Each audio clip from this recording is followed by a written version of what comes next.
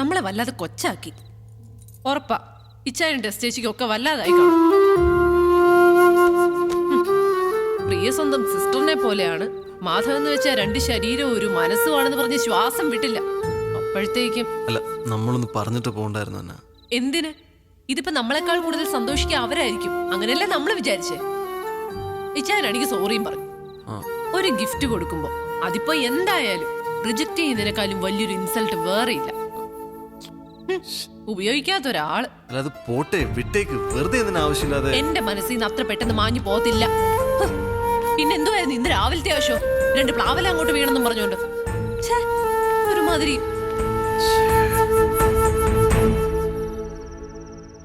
നമ്മൾ റിയാക്ട് ചെയ്ത് കുറച്ച് കൂടി പോയി. ഒന്നുമില്ലെങ്കിൽ അവരുടെ ഫാമിലി റിയൂണിയൻ ആയിരുന്നില്ലേ? സാരമില്ല, നാളെ ഈവനിങ് നമുക്ക് പോകുമ്പോൾ കോമൻസെറ്റ് ചെയ്യാം.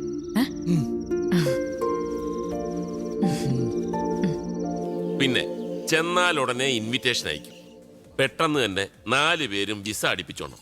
അമേരിക്കയിൽ 15 രാത്രിയും 14 പകലും ഞങ്ങൾ തന്നെ സ്പോൺസർ ചെയ്തിരിക്കുന്നു, ഫ്ലൈറ്റ് ടിക്കറ്റ് ഉൾപ്പെടെ. അല്ലൂടി എന്താടി അമേരിക്ക എന്നൊക്കെ പറഞ്ഞിട്ട് നിനക്കൊരു ഫീല് വരുന്നില്ലല്ലോ? അല്ല, അമേരിക്ക കുറഞ്ഞു പോയോ? എന്നാ പറ, ആർട്ടിക്ക, അന്റാർട്ടിക്ക പറഞ്ഞോളൂ. അതെ, ഞാനൊരു വൈൻ ഓർഡർ ചെയ്യുക. കൂടുന്നവർക്ക് കൂടാം. ഞാൻ പറഞ്ഞല്ലോ, ഈ ഒരു കാര്യത്തിൽ ഞാൻ ആരെയും നിർബന്ധിക്കത്തില്ല. ആരുടെ ഉപദേശം കേൾക്കത്തുമില്ല. ഇച്ചായ വേണ്ട. ഇച്ചായൻ ഒറ്റയ്ക്ക് വൈനൊക്കെ തന്നെ, പക്ഷെ ഇതില്ലാതെ ഇച്ചായന് പറ്റില്ല എന്ന് തോന്നും കാണുന്നവർക്ക്. കണ്ടോ, ഇതാണ് രക്തബന്ധത്തിന്റെ ഒരു കെയർ. വേണ്ട, എന്റെ പെങ്ങളോട് ഐക്യദാർഢ്യം പ്രകടിപ്പിച്ച് ചങ്ക് തകരുന്ന വേദനയോട് ഇന്നത്തേക്ക് ക്യാൻസൽ. എന്താ അന്ന, നമ്മളൊക്കെ അറിയുന്നവരല്ലേ. ഇച്ചായൻ കഴിച്ചോട്ടെ. ഇച്ചായങ്ങനെ ഒറ്റയ്ക്ക് കഴിക്കണ്ട. അളിയന് ഞാൻ ഒരു കമ്പനി കൊടുക്കാൻ പോവാ. ഒരു റെഡ് വൈൻ. എനിക്കൊരു വൈറ്റ് വൈൻ. കഴിക്കില്ല എന്നല്ല പ്രിയ പറഞ്ഞത് വെറുതെ ആയിരുന്നല്ലേ ഞങ്ങളെ പറ്റിക്കാൻ? അതുകൊണ്ടൊക്കെ ഇതിവിടെ വേണ്ടാന്ന് പറഞ്ഞത്. ഓക്കെ, ഇന്നലെ ഞാൻ പറഞ്ഞത് പിൻവലിച്ചിരിക്കുന്നു. തോന്നുമ്പോ പറയാ, തോന്നുമ്പോ പിൻവലിക്കുക. ബാക്കിയുള്ളവരൊക്കെ അതിനനുസരിച്ച് നിക്കണം എന്നാണോ?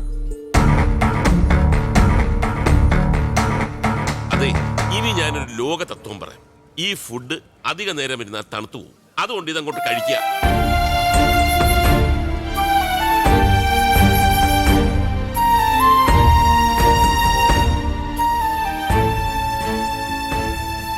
Jerian Madhav signing off from hello നമസ്തേ.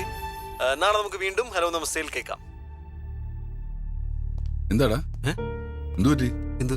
എന്തൊരു മിസ്സിംഗ് പോലെ?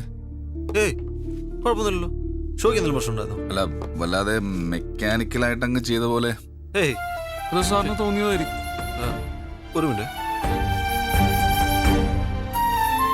ശരി.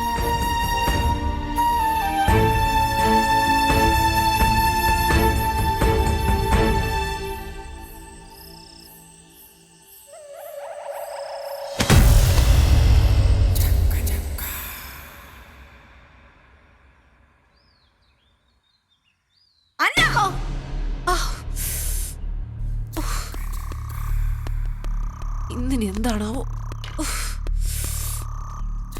അന്ന, ഒന്നിങ്ങോട്ട് വന്നേ. എന്താ പ്രിയ? മനുഷ്യന്റെ ക്ഷമയ്ക്കൊരു പരിധിയുണ്ട്.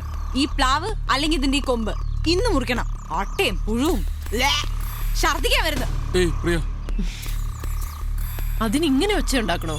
നമ്മൾ ഈ വില്ല വാങ്ങുമ്പോഴേ ഉണ്ടായിരുന്നോ ഈ പ്ലാവ്? ഈ കൊമ്പ് അന്നേ അങ്ങോട്ട് ചാഞ്ഞു തന്നെ ആയിരുന്നല്ലോ. ന്യായം ഒന്നും പറയണ്ട, എനിക്കിനി ഇത് സഹിക്കാൻ പറ്റില്ല. എന്ത് പറയാ? എന്ത് പ്രശ്നം?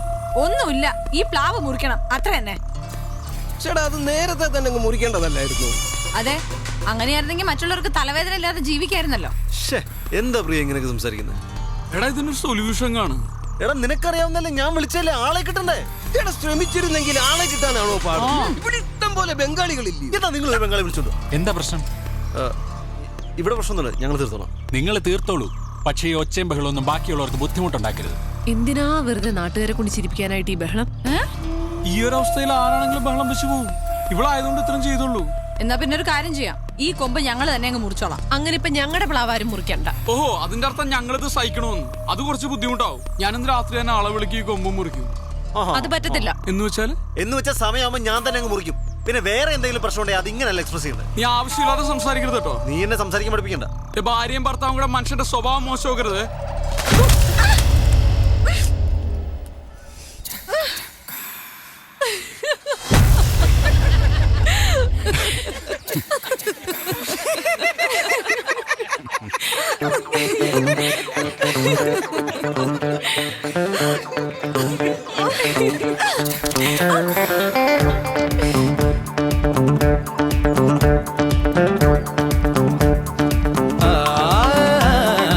ഉലകിൽ കാരണമില്ല പലവിധ കലഹം പതിവല്ലേ ഒരുപാടടുപ്പമോടിരുന്നാൽ അതും ഒരു മടുപ്പായി തീരല്ലേ. എന്താ വേണ്ട? ഒരു കോഫി വേണം. കോഫി. ചക്കപ്പഴത്തിന് മണമുണ്ടോ? ഒരു കോഫി വരാം. മണം കിട്ടുന്നുണ്ട് ചക്കപ്പഴത്തിന്റെ? ഇല്ല. കോഫി അല്ലേ? ആ അപ്പൊ എനിക്കൊരു ചായ. ആ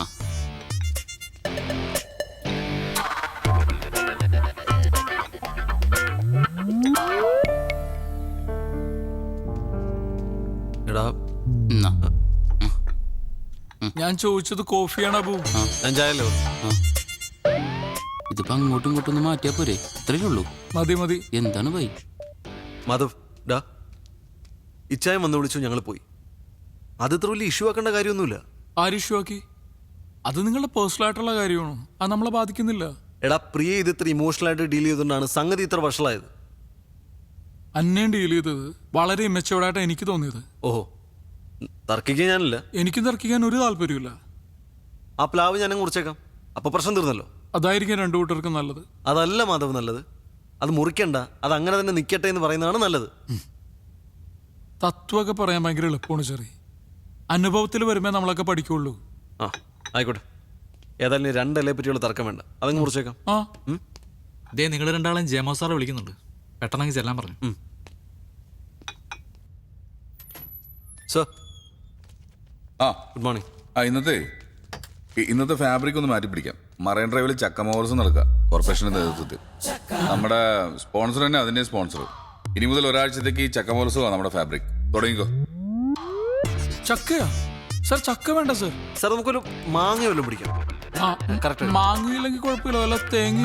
ചക്കപ്പഴത്തിന് പകരം തേങ്ങപ്പഴം.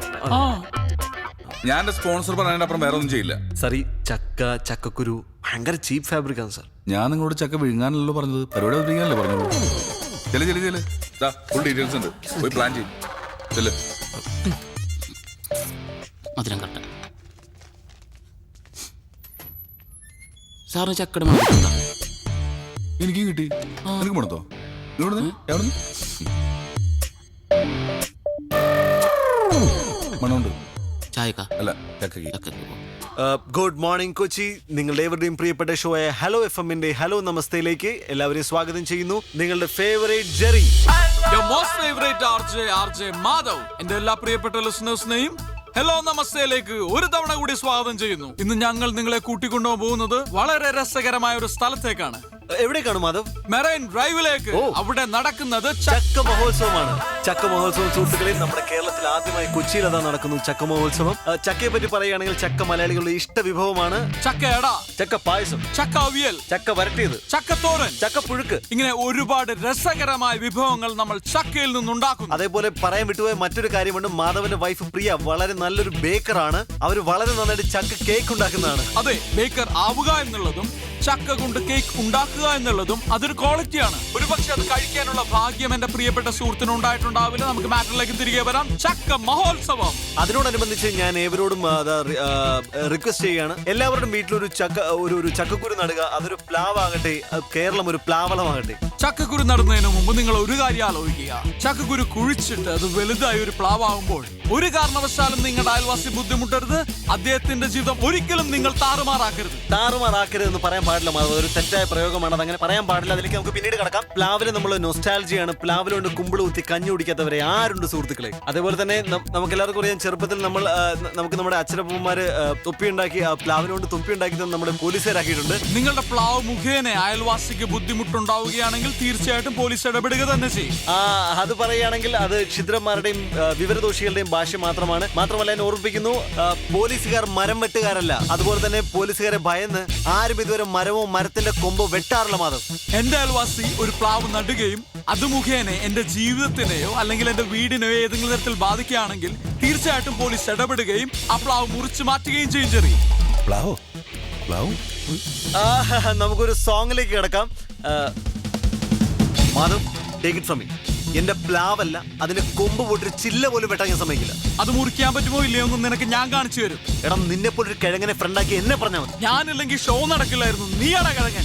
ഞാനല്ലേ കാണാറുണ്ട്. എന്ത് കാണാനടാ? നീ എന്തുണ്ടാക്കി?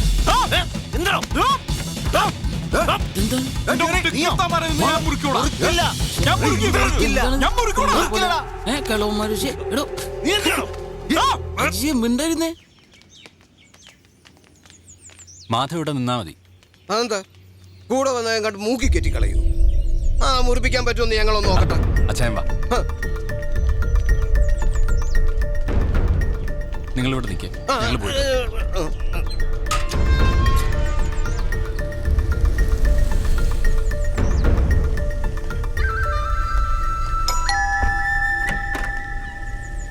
ഞങ്ങൾ കമ്മിറ്റി കൂട്ടിയിട്ട് നേരിട്ട് വരുന്ന വഴിയാ. ഇരിക്കൂ.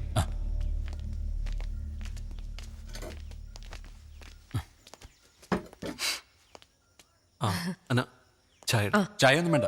അതുമല്ല, അയൽപക്കക്കാരുടെ മുമ്പിൽ ആകെ അങ്ങ് പൊട്ടയായിരിക്കുമല്ലേ. ആ മനപ്രയാസത്തിനിടയിൽ അന്നോ ചായ